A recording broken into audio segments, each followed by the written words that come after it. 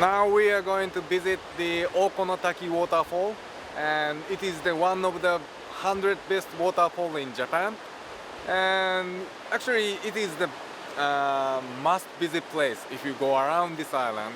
Especially the summer, you can get your body cool down here, and very nice.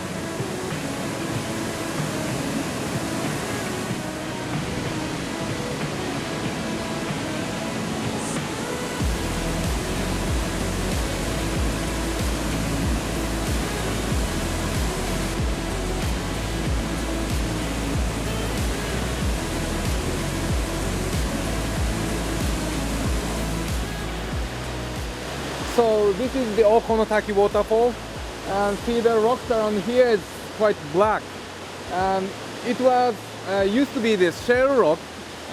When the magma comes out from the deep underground, the heat of the magma melts the shale rock, and it becomes this rock like this.